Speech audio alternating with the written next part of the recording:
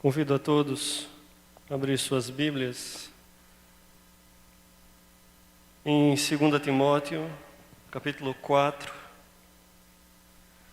e vamos ler do verso 1 ao verso 5. 2 Timóteo 4, de 1 a 5.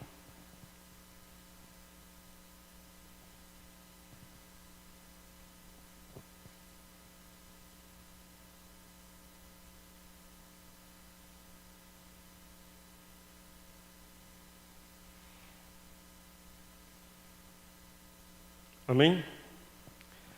Diz assim: Conjuro-te perante Deus e Cristo Jesus, que há de julgar vivos e mortos, pela sua manifestação e pelo seu reino. Prega a palavra, insta, quer seja oportuna, quer não. Corrige, repreende, exorta com toda a longanimidade e doutrina.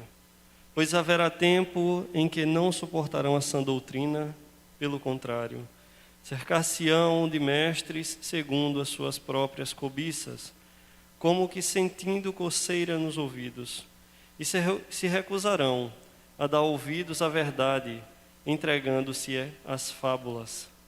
Tu, porém, sê sóbrio em todas as coisas, suporta as aflições, faze o trabalho de um evangelista, cumpre cabalmente o teu ministério.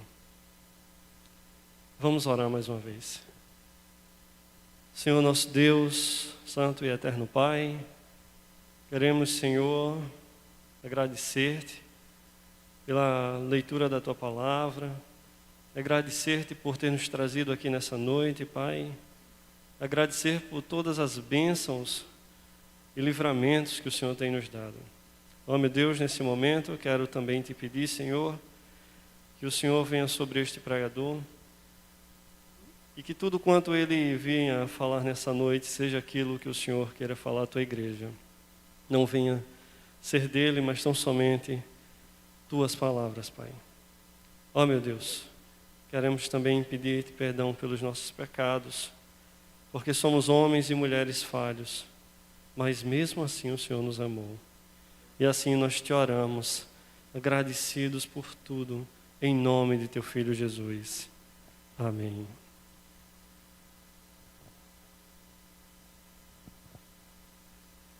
Amados, para darmos uma temática a este texto, nós vamos sugerir: pregue o Evangelho, custe o que custar. Nesta carta, o apóstolo Paulo ele falou sobre 3 compromissos que Timóteo deveria abraçar em seu ministério. Primeiro, não se envergonhar do Evangelho. Segundo, sofrer pelo Evangelho e preservar o Evangelho. E por último, o compromisso de pregar verdadeiramente este Evangelho. Aqui a gente compreende que Paulo, ele primeiro vai exortar Timóteo, em seguida, a cada homem que tem o chamado evangelístico ou pastoral, e terceiro, a todos os crentes. E nos convoca a sermos fiéis à palavra de Deus, mesmo que outros venham a negá-la e venham desviar seus ouvidos para não ouvi-la. E aí Paulo começa a instruir tanto a Timóteo como também a nossa igreja hoje. E diz, primeiro, verso 1, 8 e 9, ele vai dizer assim: é preciso participar no sofrimento pelo Evangelho. É preciso compreender o sofrimento do Evangelho e é preciso sentir o sofrimento do Evangelho.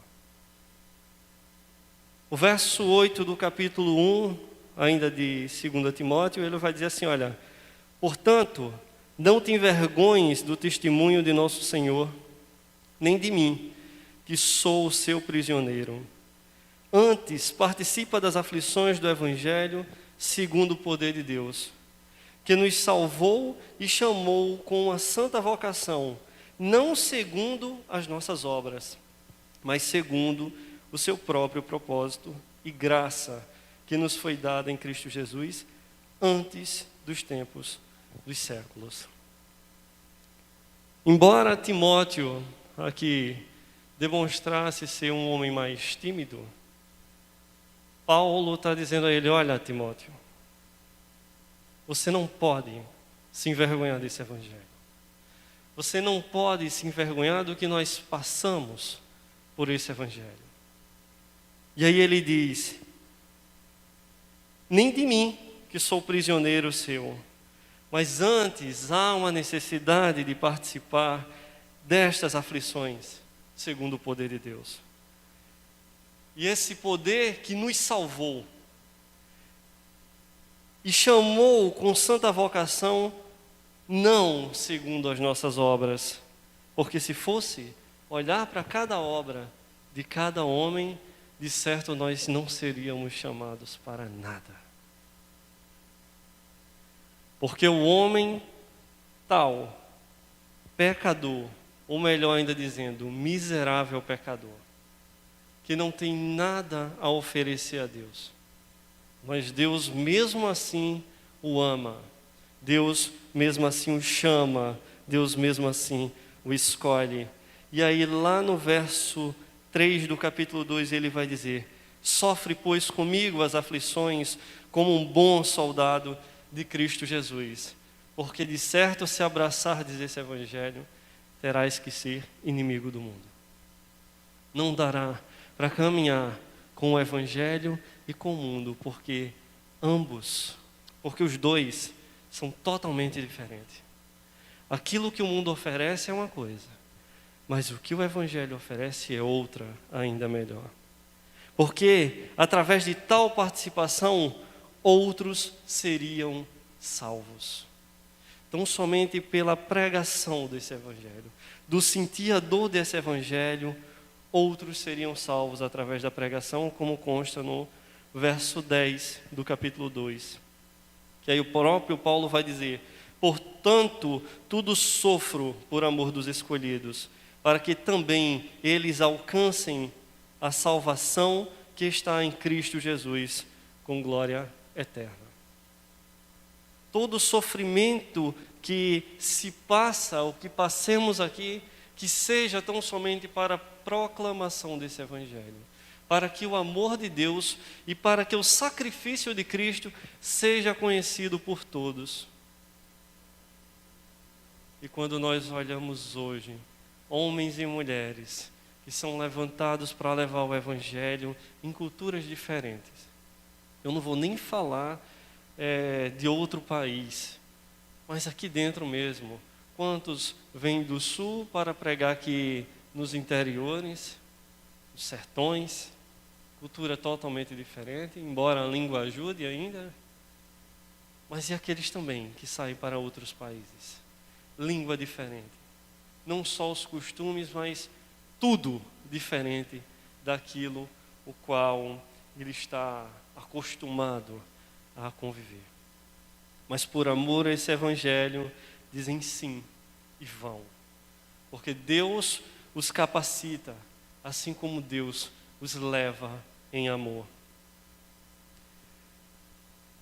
Ainda percorrendo essa carta, 2 Timóteo 1,13 e 2,15, ele vai mostrar que é preciso continuar na sã doutrina, e haverá um porquê disso. E aí o verso o capítulo 1, verso 13, Paulo vai continuar dizendo assim: olha, conserva o modelo das sãs palavras de que de mim tens ouvido na fé e no amor. E o 2,15 vai dizer: e procura-te apresentar-te aprovado, como obreiro que não tem de se envergonhar e que maneja bem a palavra da verdade. Ele está dizendo a Timóteo: olha, Timóteo, continua na sã doutrina. Ele tem dito a Sérgio e a Carlos também, e a Xóstenes, e a Roberto, e a todo outro que for levantado para pregar esse evangelho. Conserva o modelo da sã doutrina. É necessário que preguemos não o que nós queremos pregar, mas o que Deus nos instrui a pregar através da sua palavra. Nem sempre são palavras doces, nem sempre são palavras fáceis de se ouvir. Mas muitas vezes são palavras de correção, para que entendamos qual o desejo de Deus para conosco, para o qual Ele nos chamou. E o porquê de Paulo dizer a Timóteo que é preciso ele continuar na sã doutrina? Aí a gente vai lá para 2 Timóteo 2, o verso 16 e 17. Porque a falsa doutrina se espalha, levando à impiedade. Olha o que o verso 16 vai dizer. Mas evita os falatórios profanos, porque produzirão maior impiedade. E a palavra desses roerá como gangrena, entre os quais são Himeneu e Fileto. Quantos têm se levantado e levado falsas palavras, falsos ensinamentos? Muitas vezes estamos aqui com toda a preocupação de estudarmos o Evangelho, buscarmos a palavra, de trazer uma mensagem, mas sempre haverá alguém que vai se levantar e vai dizer, mas eu já vi diferente. Mas fulaninho, o pastor fulano tal, de tal igreja, ele prega diferente aqui. Não é tão duro assim não. O homem não é tão miserável quanto o Senhor diz não. Não é tão pecador não é assim não. E aí vai, não só ele caminhando, mas vai querendo carregar outros para essas falsas doutrinas. Por isso que é importante que a igreja entenda quem doutrina a igreja. Quem deve doutrinar a igreja? Por isso que existe um pastor na igreja, para doutrinar a igreja. E quantas vezes as pessoas, os irmãos, que não têm tanto conhecimento, têm deixado de ouvir a doutrina a qual o pastor tem trazido e têm ouvido outros irmãos, com doutrinas diferentes. Porque passearam por muitos cantos e trouxeram carrapichos em si, e agora querem espalhar esses carrapichos. Como quisesse propagar um modo mais fácil de chegar aos céus, se nem a palavra diz que é tão fácil. Porque para chegar aos céus, tem que crer em Cristo. Tem que fazer o que Ele manda. E uma das coisas principais que Ele vai mandar é batalhar contra o pecado. É você compreender que o seu ego tem que ficar num canto e você tem que dar ouvido ao que Deus quer falar. Você tem que deixar ser dirigido. E muitas vezes você não consegue obedecer nem ao seu pai a quem você vê. Nem à sua mãe a quem você vê.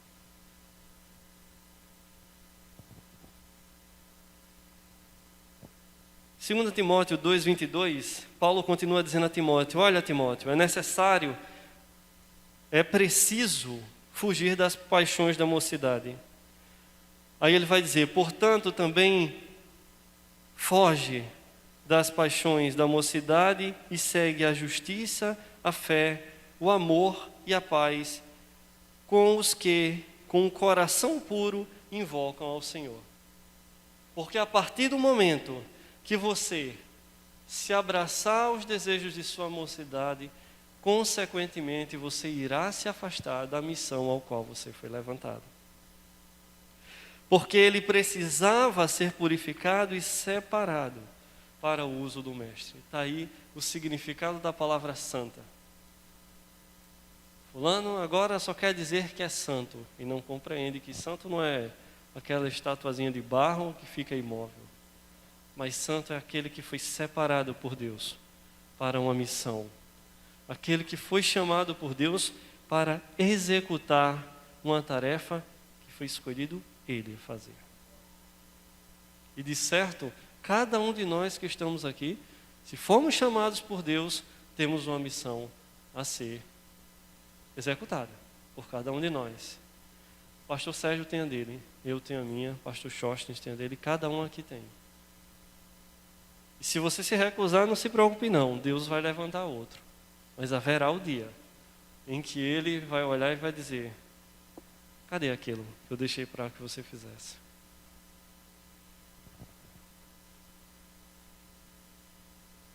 No 2 Timóteo 2,21, Paulo vai dizer a Timóteo assim, olha: de sorte que se alguém se purificar destas coisas, será vaso para a honra, santificado e idôneo para o uso do Senhor e preparado para toda boa obra. Do contrário, não será mais um vaso de honra, e será um vaso de desonra. Não lembro agora se foi pastor Sérgio ou se foi pastor Sóstenes que trouxe justamente a mensagem a respeito do vaso de honra e vaso de desonra. E deixou uma interrogação assim: analisem, que vaso vocês são? Ou que vaso nós somos? Para continuar o trabalho da pregação do Evangelho e para fazermos tudo quanto Deus quer que façamos, temos que deixar que Deus nos direcione, que o Espírito Santo, Ele nos guie. E é preciso que nós evitemos contenda, assim como Paulo falou a Timóteo em 2, 23 e 24. E aí ele vai dizer: e rejeita as questões loucas e sem instrução, sabendo que produzem contendas. E ao serviço do Senhor não convém contender, mas sim ser manso para com todos, apto para ensinar e sofredor. Dizendo assim: olha, teu eu tem que ficar quieto. A tua velha criatura tem que ficar lá na água do batismo. E tu vai ter que se levantar como uma nova criatura. E tu vai ter que buscar em oração, se prostrar ao Senhor, para que seus dons sejam derramados em ti. A longanimidade tem que existir. O amor tem que existir. Por isso que ele termina dizendo que tem que ser apto para ensinar e sofredor. Porque brandamente nós conseguimos levar a verdade aos outros. Se nós formos por confusão, por contenda, de certo afastaremos todo aquele o qual necessitará de ouvir o Evangelho. Quantas pessoas têm criado um asco contra o Evangelho, não por causa do Evangelho, mas por causa da arrogância dos pregadores, daqueles que vão evangelizar. E muitas vezes, em vez de lidar até num momento com mais amor e com a paciência, olha e diz assim: não quer ouvir não, então vão tudo para o inferno.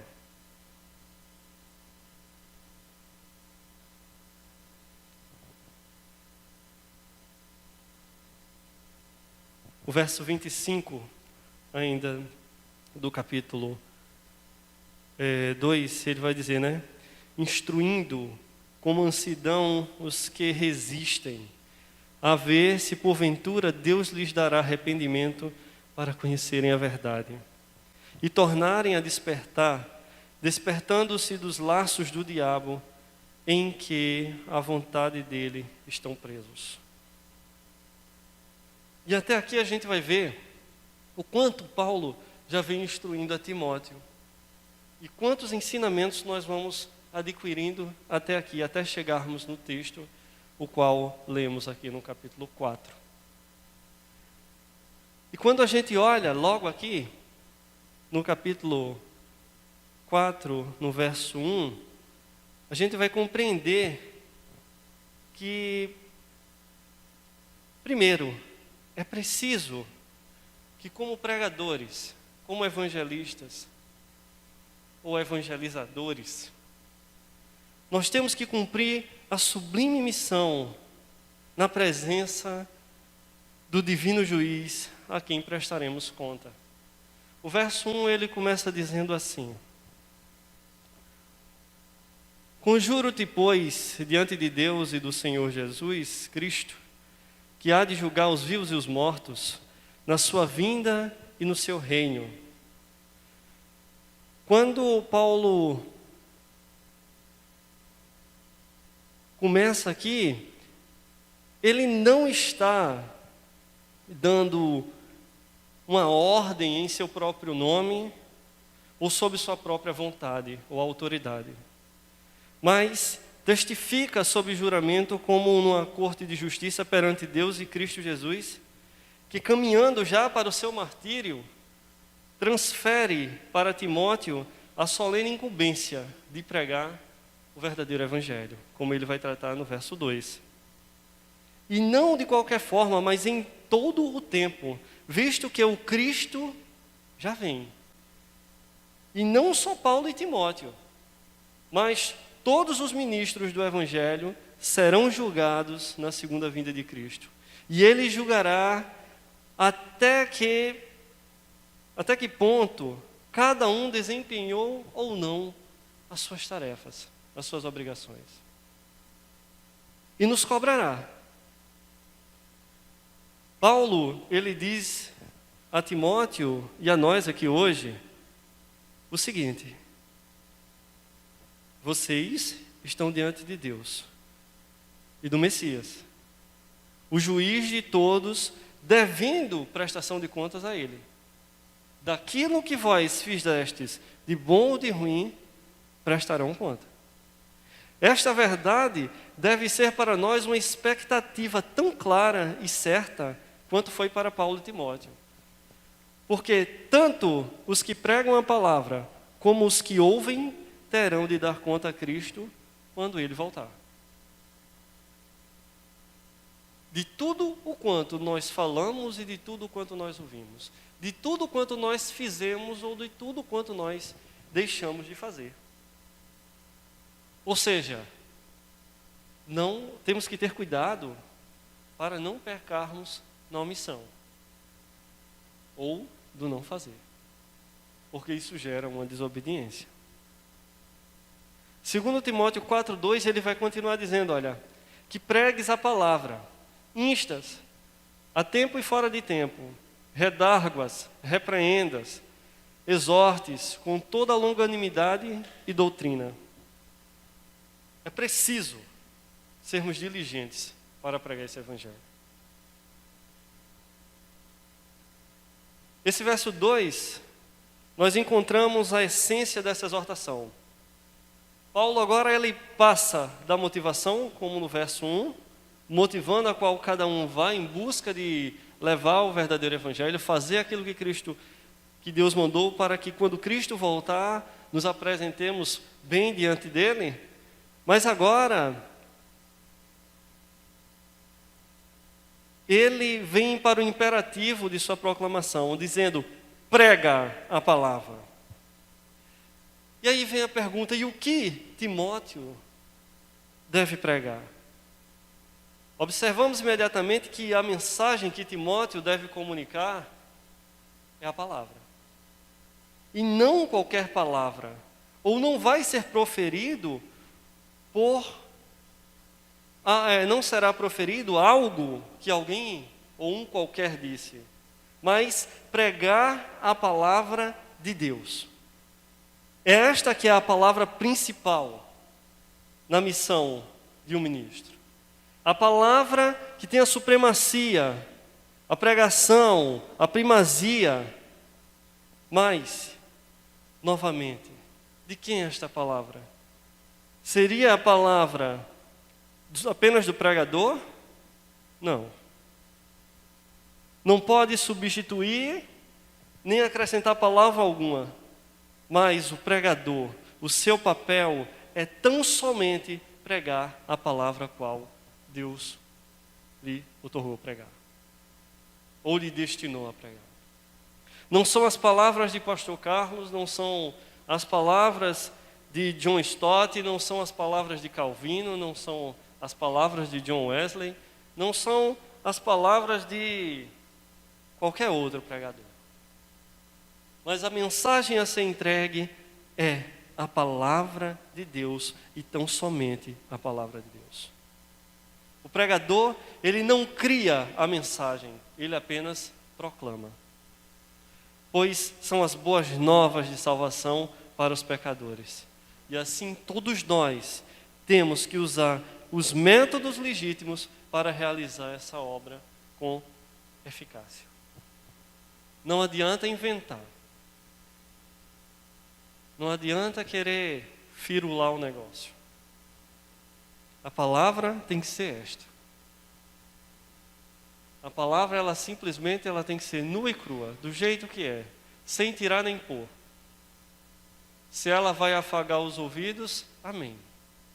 Mas se ela vai nos dar uma surra, amém também. Porque se ela bate em nós e dói, quer dizer que temos que corrigir.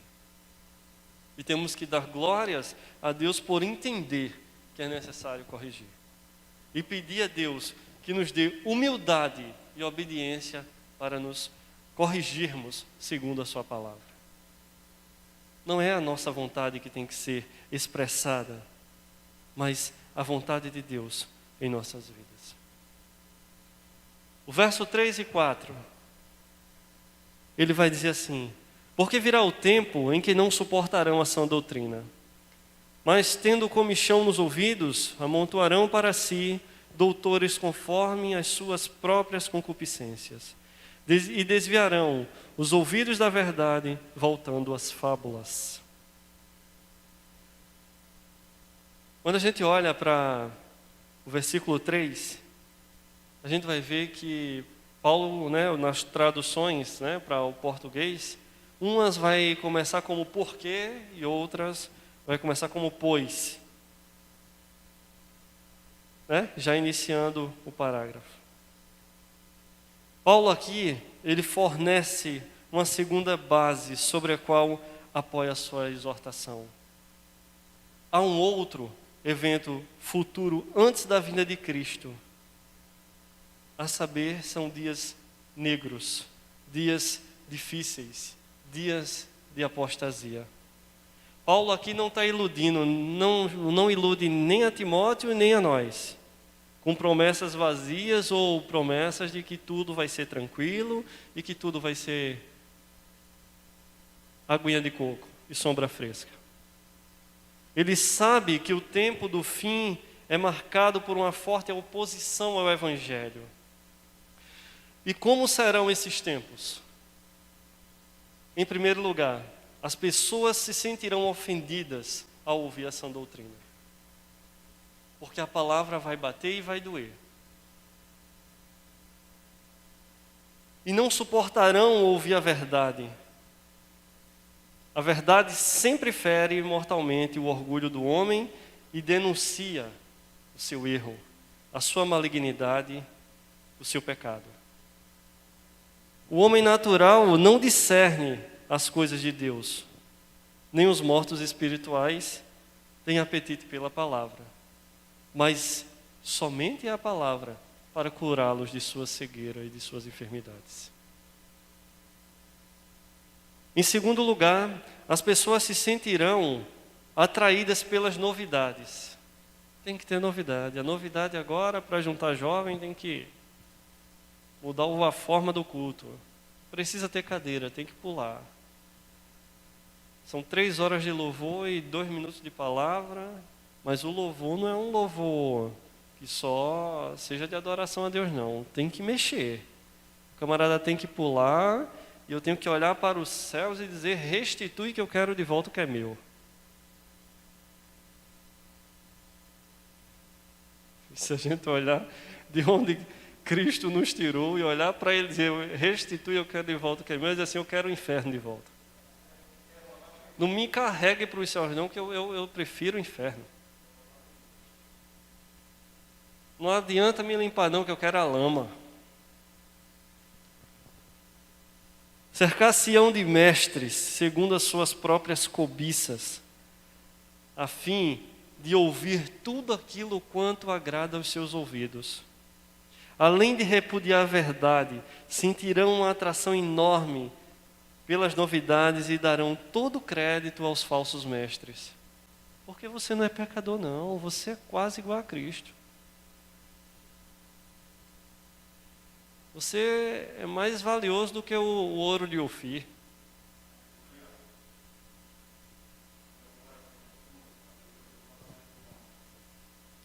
Assim buscarão para si mestres, que lhe falem o que lhes afagam os ouvidos, alimentando suas fantasias, nas quais estão determinados a andar. Mas, amados, somente o Espírito Santo de Deus pode inclinar os nossos ouvidos para ouvir a palavra, pode quebrar o nosso coração de pedra e transformá-lo em carne, pode tratar esse terreno obscuro em um terreno fértil, para que a semente caia e dê frutos. Somente as ovelhas de Cristo ouvirão a voz do Divino Pastor. E não só ouvirão, também seguirão. E compreenderão em algum tempo o seu amor derramado por cada um. Aquele que irá tratar todas as feridas, todos os açoites e todas as decepções. E não será um tratamento momentâneo, mas um tratamento definitivo.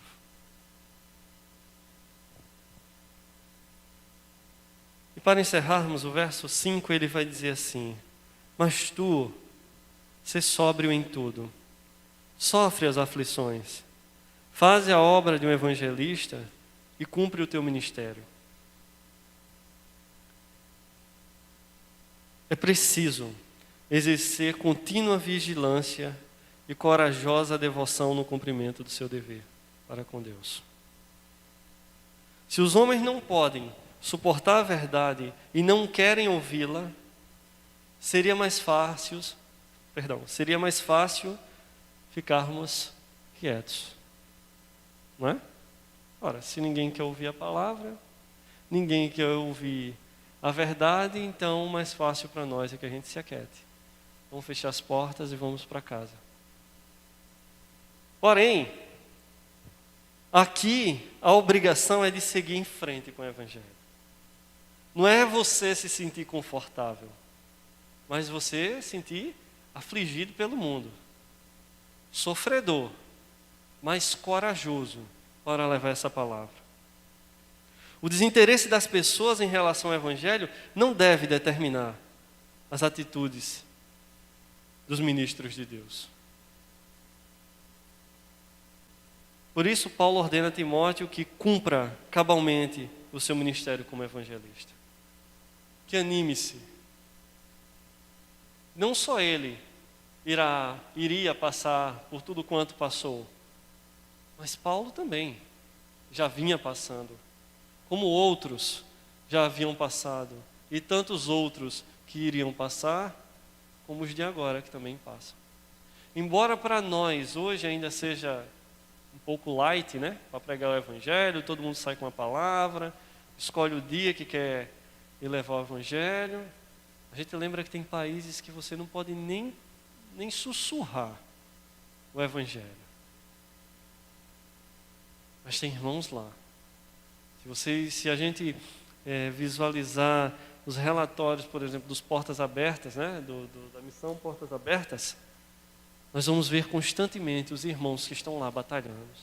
Estão em campos de concentração, estão presos em celas imundas, mas estão lá, em meio a todo o sofrimento, estão com todo o amor e toda a paciência para levar esse evangelho que salva, cura e liberta.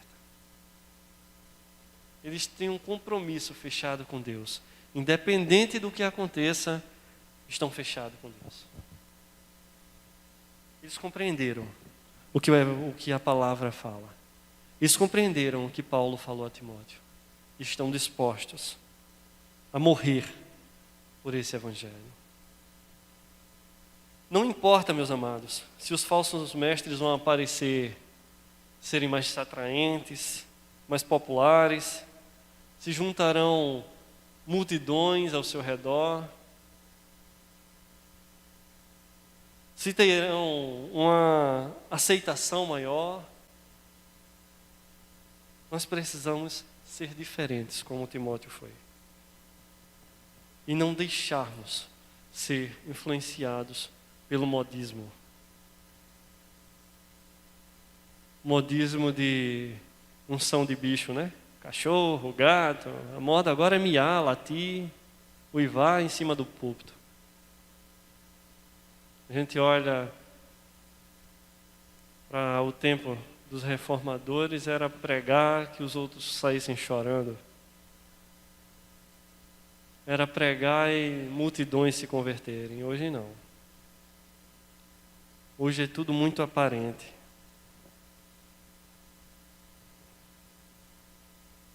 Em segundo lugar, suporta as aflições em meio à oposição. Diante da oposição, o ministro do Evangelho não deve afrouxar de suas convicções, nem se tornar um pragmático, pregando o que as pessoas querem ouvir, mas devem estufar seus peitos e ir avante. Tem até um louvor, acho que é dos Salmos e Hinos, marchar sim avante, erguendo o pendão real, unidos, firmes sempre ao avançar. É um hino bonito. E se nós compreendêssemos, a ideia é essa. Tome a sua espada na mão, não tenha vergonha, antes seja corajoso, forte.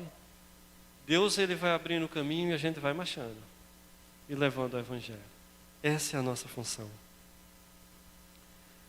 Ao contrário de, ao invés de correr ou apenas querermos desistir,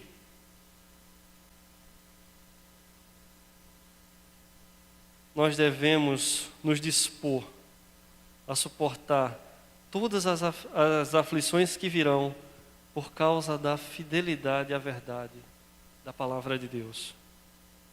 Como é dito, quanto mais fiel a igreja for, mais perseguida ela será. E em terceiro lugar, para finalizarmos, pregue as boas novas de salvação em meio às distorções. Sabemos que há uma gritante, vamos dizer assim, ignorância das pessoas acerca do verdadeiro evangelho, né? O diabo levanta seus falsos ministros, tem o seu falso evangelho, arruma seus falsos crentes. Porém, os ministros de Cristo não precisam, porém os ministros de Cristo precisam pregar incansavelmente o verdadeiro evangelho. Custe o que custar. Doa a quem doer. O compromisso deles tem que ser tão somente para com Deus e não para com as multidões que não querem nada. Por fim, complete seu ministério em meio aos que retrocedem. Nós não podemos retroceder. Temos que caminhar para frente. Temos que cumprir o ministério cabalmente, assim como Paulo falou a Timóteo, ao ponto de sofrer por ele. Mas temos que exercer a função a qual nos foi dada, que é de embaixadores de Cristo, embaixadores dessa palavra. O fim dos tempos é marcado por um processo de esfriamento do amor, abandono da verdade, da verdadeira fé e consumada apostasia. O engano religioso continua florescendo desde aquela época e se espalha como fogo em palha seca. E assim como Timóteo, devemos cumprir cabalmente o nosso ministério. Não basta os ministros apenas começar bem uma carreira, mas é preciso terminá-la bem. E aqui eu separei um texto que Calvino diz o seguinte: quanto mais grave for a doença do engano religioso que atinge as pessoas, mais eficaz e mais determinado deve ser o trabalho do ministro de Deus para curá-la. Quanto mais perto e ameaçador for o problema, mais diligente o ministro de Deus deve manter-se em guarda. Quanto mais a batalha crescer, mais a gente tem que ir adiante. Quanto mais o fogo arder, mais a gente tem que estar firme. Porque a nossa recompensa não será recebida através da mão de um homem qualquer, mas a receberemos do Filho de Deus, daquele que nos tomou como irmãos, daquele que se ofereceu para morrer por cada um de nós, daquele que morreu a nossa morte para que nós vivêssemos a sua vida. Eu agradeço a rica oportunidade em nome de Jesus. Pastor Sóstenes.